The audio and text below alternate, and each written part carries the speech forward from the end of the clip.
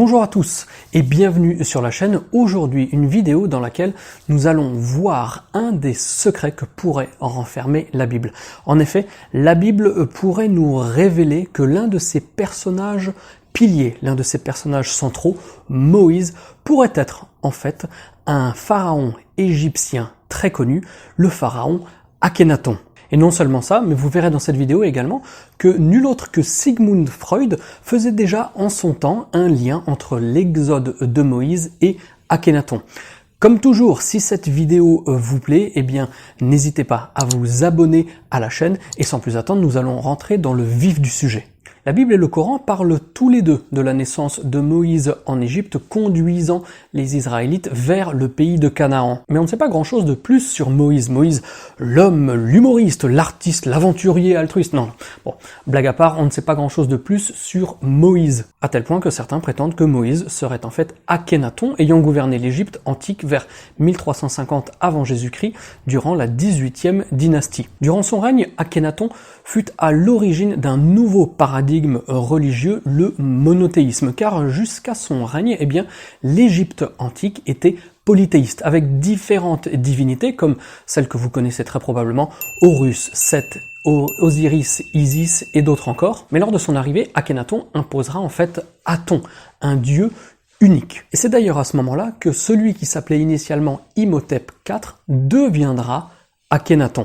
Mari de Néfertiti et père de Toutankhamon, non seulement Akhénaton impose le monothéisme à l'Égypte, mais il bouge la capitale du pays. Jusqu'alors, la capitale d'Égypte était Thèbes, cette ville que l'on appelle aujourd'hui Luxor. Mais Akhénaton décide de bouger la capitale à 400 km au nord de Luxor, à Amarna, où l'on retrouvera au début du XXe siècle de nombreux vestiges datant de son règne. Akhénaton est né dans le nord du Sinaï, en terre israélite, au même endroit où Moïse est censé être né. Akhénaton avait eu un frère, Thoutmosis, décédé peu avant la naissance d'Akhénaton. Thoutmosis avait mystérieusement disparu, probablement enlevé et tué par des prêtres d'Amon. Craignant pour la sécurité de son deuxième fils, ne souhaitant pas que le scénario de Thoutmosis se reproduise, eh bien la mère d'Akhénaton, appelée Tiyi, l'envoie sur les flots pour qu'il soit récupéré par les gardes de son père. Là encore, une similitude très claire avec Moïse sauvé des eaux. Akhénaton passera son enfance dans la ville de Zaroua avant d'aller à Héliopolis, au nord du Caire, pour recevoir son éducation sous la supervision d'Anen, prêtre de Ra et frère aîné de la reine Tiyi. Et ce n'est finalement qu'à 16 ans que Akhénaton arrive pour la première fois à Thèbes, la capitale du pays. Là, il rencontre Néfertiti, sa demi-sœur, et en tombe amoureux. Tiyi encourage cette relation car un mariage avec Néfertiti, héritière du trône d'Égypte, est le seul moyen pour Akhénaton de gagner le droit de suivre les pas de son père sur le trône. En effet, Tiyi n'était pas héritière au trône, d'où les menaces pesant sur sa descendance. Lors de son accession au trône, Akhénaton prend d'abord le nom d'Amenhotep IV. Comme nous l'avons mentionné il y a quelques instants, et le climat d'hostilité qui entourait Akhénaton au moment de sa naissance refait surface. Le sacerdoce d'Amon s'oppose à cette nomination et conteste ouvertement la décision d'Amenhotep III, son père, de co-gérer le pays avec Amenhotep IV.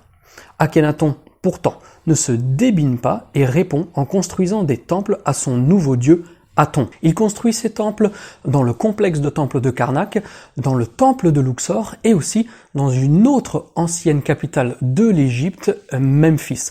Et c'est un an plus tard qu'il va rompre à nouveau avec la tradition égyptienne en changeant son nom en honneur à cette nouvelle divinité, sa nouvelle divinité, la divinité unique qu'il souhaite imposer à l'Égypte. Et c'est là donc qu'il prendra le nom de Akhénaton. Dans un climat hostile à Thèbes, Tiyi convainc son fils d'établir une nouvelle capitale à Amarna, nouvelle capitale qu'il appellera Akhet Aten, l'horizon de Athènes. En fait, pour le prononcer correctement, il faut dire Achet Athènes. J'en profite d'ailleurs pour vous inviter, si ce n'est pas déjà fait, à aller consulter une vidéo que j'avais fait sur la construction des pyramides. Vous retrouverez le lien dans la description et dans cette vidéo, je parle d'un des termes qui peut laisser des doutes par rapport à son interprétation, c'est le terme de Achet Khufu. C'est pour ça que je fais le lien avec le Achet Athènes. Achet Khufu qui veut dire l'horizon de Khufu. Khufu étant le nom de Khéops, le pharaon constructeur, dit-on, de la plus grande pyramide d'Égypte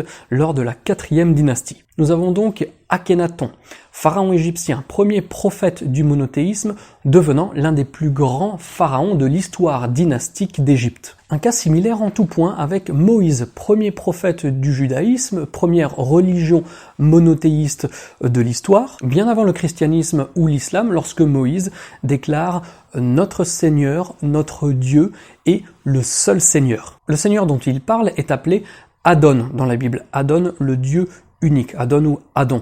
Adon et Aten sont sans doute le même Dieu, ayant la même étymologie. Sans quoi cela ferait un petit peu trop de coïncidence, vous ne trouvez pas? Deux hommes nés au même endroit, à la même époque, dont les destins sont liés à l'apparition d'un monothéisme qu'ils ont créé, c'est peut-être en effet suffisant pour reconsidérer la manière dont ces deux destins sont liés. En tout cas, les liens entre Moïse, l'Égypte, la Bible et Akhénaton sont évidents. Et nous allons voir à présent quelques terminologies qui nous font converger vers des origines communes. Du temps d'Akhénaton, les deux plus hauts dignitaires religieux s'appelaient Mérirée II et Panéhésie. Dans la Bible, les deux personnes les plus importantes de la prêtrise sous Moïse s'appelaient Mérari et Phiné, dont les équivalences de noms en égyptien sont Mérirée et Panéhésie. Très intéressant, n'est-ce pas? Par contre, contrairement à Akhénaton, pour qui nous avons retrouvé des stèles, des statues et des artefacts dans son ancienne capitale, pour Moïse, il n'y a aucune évidence archéologique, que ce soit en Égypte ou en Palestine. Donc est-ce qu'il est possible que Moïse soit Akhénaton? Est-ce que c'est possible que Moïse soit finalement un personnage entre guillemets mythologique, créé par et pour l'écriture de la Bible, mais sur une base d'un personnage, d'une personne, d'un pharaon, d'un roi ayant réellement existé et ayant pendant son règne vraiment établi et mis en place des éléments que l'on prête également à Moïse dans la Bible. Évidemment, on ne peut rien affirmer de manière définitive, mais si vous voulez mon avis, eh bien comme on dit dans Fait entrer l'accusé, le faisceau de preuves est suffisamment épais pour ne pas l'écarter et réellement le considérer comme preuve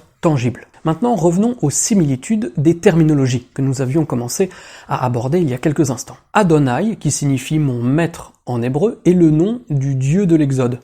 Aton-Aï est le nom du pharaon successeur après Toutankhamon, lui-même successeur d'Akhénaton. Tiens, en parlant d'Exode, revenons brièvement sur ce que c'est l'Exode biblique. L'Exode est ce récit biblique donc selon lequel les Hébreux, esclaves depuis des siècles en Égypte, menés par Moïse, s'émancipent pour revenir dans le pays de Canaan. Exode à l'issue duquel Moïse instaure donc la première religion monothéiste avec les fameuses tablettes des 10 commandements. Dans cet Exode, la Bible nous parle du pharaon régnant lors du départ de Moïse et les siens, mais se pose le problème de l'identification de ce pharaon ainsi que l'historicité précise de l'Exode. Le trajet de la sortie d'Égypte fait l'objet de nombreuses spéculations car l'identification des lieux signalés par la Bible n'est pas vraiment certaine et de nombreuses théories ont été avancées afin d'identifier le pharaon de l'Exode. Généralement, ces théories proposent des noms de pharaons ayant régné entre la 14e et la 18e dynastie égyptienne, c'est-à-dire en termes de date du 17e au 12e siècle avant Jésus-Christ. Donc il n'y a pas vraiment de consensus concernant l'identité de ce pharaon et de plus, les historiens penchent de plus en plus à un exode qui aurait lieu bien plus tard, vers 600-700 avant Jésus-Christ, tout simplement pour pouvoir faire un lien avec l'exil babylonien. Par contre, là où les destins divergent, c'est au niveau de l'héritage de chacun de ces personnages. En effet, Moïse, comme on le sait maintenant depuis plus de 2000 ans, est le pilier de la Bible, alors qu'en son temps, après son règne, Akhénaton a tout simplement été renié par ses successeurs, avec le premier de ses successeurs, le très fameux, le très célèbre Toutankhamon.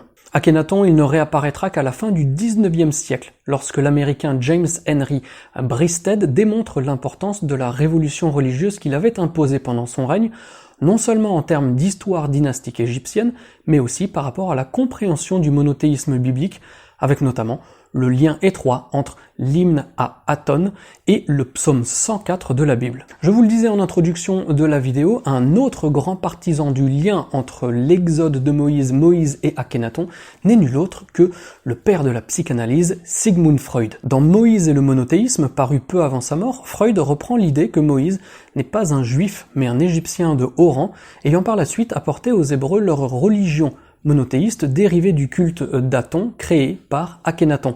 Après la disparition d'Akhénaton, Moïse aurait voulu fonder son propre empire, ce qui l'aurait amené à conduire l'Exode hors d'Égypte.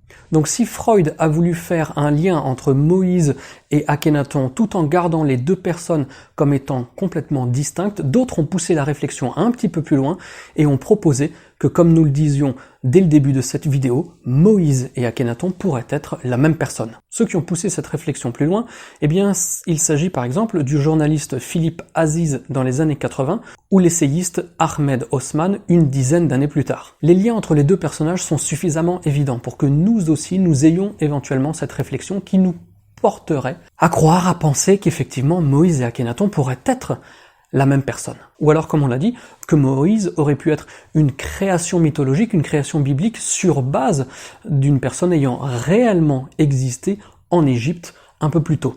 Comme toujours, on se gardera bien d'avancer et d'imposer des choses de manière tout à fait arrêtée, mais face à tous les éléments que nous avons abordés dans cette vidéo, je pense que l'on peut sérieusement se poser la question. Voilà, j'espère que cette vidéo vous a plu. Si c'est le cas, comme je l'ai dit un petit peu plus tôt, n'hésitez pas à vous abonner et à cliquer sur la petite cloche pour recevoir les notifications dès que je poste une nouvelle vidéo. Et pour ma part, je vous donne rendez-vous pour la prochaine publication sur la chaîne. Donc d'ici là, comme toujours, portez-vous bien et n'oubliez pas de garder la passion. Ciao, ciao!